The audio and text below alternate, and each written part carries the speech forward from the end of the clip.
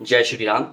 मैं आशीष कुमार आज इस वीडियो के माध्यम से आप सबके सामने योगी सरकार के उस निर्णय पर जिस पर सुप्रीम कोर्ट ने रोक लगा दिया उस पर अपने कुछ विचार व्यक्त करना चाहता हूं। और वीडियो को पूरा देखने के बाद अंत में आप सब बताइएगा कि कौन सही है और कौन गलत, और हमें किसका साथ देना चाहिए और किसका साथ नहीं देना चाहिए। क्योंकि ऋण विहीन मीडिया शुरू से हम ये अपेक्षा भी नहीं कर सकते कि वह न्यायिक निर्णयों की समीक्षा करेंगे, और उनकी आलोचना करना तो बहुत दूर की बात है। ये उसी तरह है जैसे न हज के लिए पैसा होगा न मुल्ला जी हज करने जाएंगे।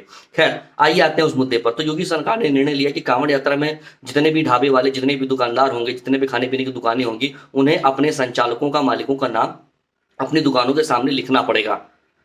और ऐसा करना पता नहीं कहां से किस तरह से लोगों को गलत लग रहा है। कहीं ऐसा निर्णय तो नहीं दिया गया कि केवल मुस्लिम जो दुकानदार होंगे उनको अपना नाम लिखना पड़ेगा। उन्होंने ये कहा कि जो भी दुकानदार होंगे उन्हें अपना नाम और संचालकों का नाम अपने दुकान के सामने लिखना पड़ेगा। इस निर्णय में कहाँ कोई त्रुटि है, ये मेरे समझ से परे है। और ये मेरे विचार से पूरे प्रदेश में नहीं, पूरे देश में 365 दिन हर जगह लागू होना चाहिए। क्योंकि हमें पता होना चाहिए कि हम जिस दुकान से जो भी सामान खरीदने जा रहे हैं, चाहे वो भले ही खाने पीने के हो या कुछ भी हो, उस दुकान का मालिक कौन है, उस दुकान के संचालन कौन करता कौन है। आइए अब कुछ और बिंदुओं पर चर्चा करते हैं।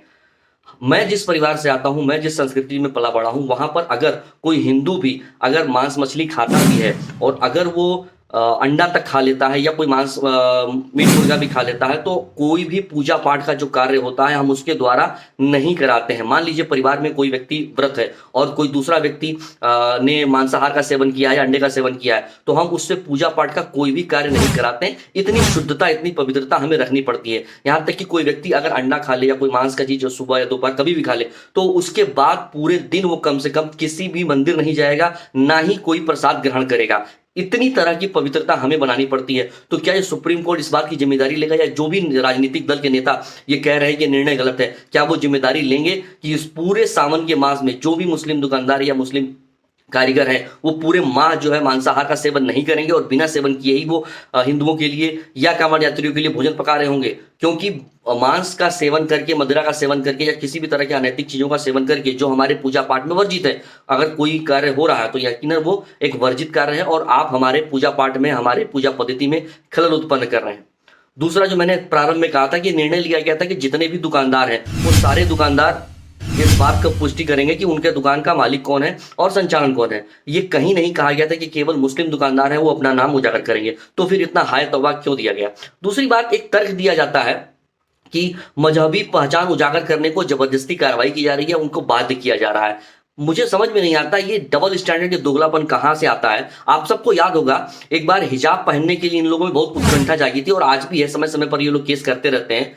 स्कूलों में, कॉलेजों में जहां ड्रेस कोड होता है, जहां सबको समान दिखाना बहुत आवश्यक होता है, क्योंकि बचपन में किसी को भी किसी भी तरह से ऊंचा नीचा, अलग धर्म, अलग मजहब का नहीं दिखाना चाहिए। इस वजह से ये सारी चीजें की जाती हैं। वहां पर इनको हिजाब पहनना है, वहां पर अपनी मजहबी पहचान दिखानी है। लेकिन जहां एक सार्वजनिक स्थान है, जहां आपकी दुकान है, जहां आपका कार्यालय है, वहां आपको अपनी मजहबी पहचान छिपाकर पैसा कमाना है। ये किस तरह का दोगलापन है, ये मेरी समझ से परे। इसके अलावा मैं एक बात कहना चाहता हूं कि जब पैसा कमाना है तब असंख्य मुस्लिम लोग सनातन धर्म और पहचान का प्रयोग करके धंधा करते हैं।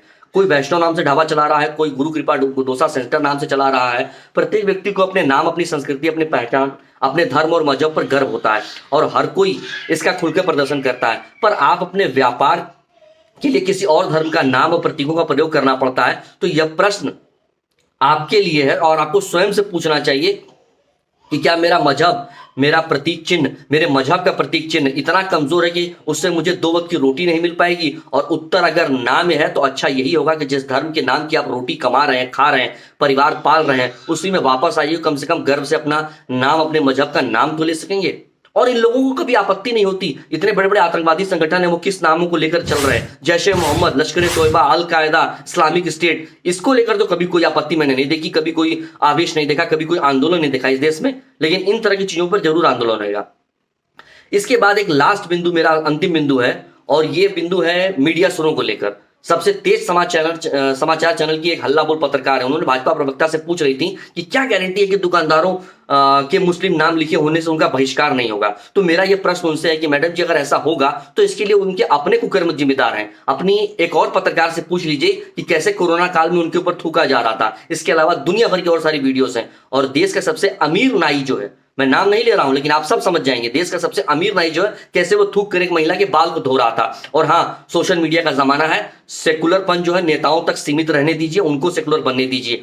आप मीडिया से हैं तो आपको केवल सच दिखाना चाहिए, तभी मीडिया की विश्वसनीयता बनी रहेगी, नहीं तो मीडिया की विश्वसनीयता भी गर्त में जा रही है और जाएगी। आशा करता हूं इस वीडियो के माध्यम से कुछ चीजें आप लोगों को पता चली होंगी, आपको थोड़ी सी क्लैरिटी मिली होगी कि निर्णय कितना सही था और कितना गलत। और वापस से मैं कहना चाहूंगा कि इस निर्णय को पूरे देश भर में 365 दिन लागू करना चाहिए कि हर एक दुकानदार, हर एक जो कार्यालय है वहां पर यह पता होना चाहिए एक नागरिक को कि वो किसके पास जा रहा है, उसका मालिक कौन है, उसका संचालन करता कौन है। बहुत बहुत धन्यवाद। जय श्री राम।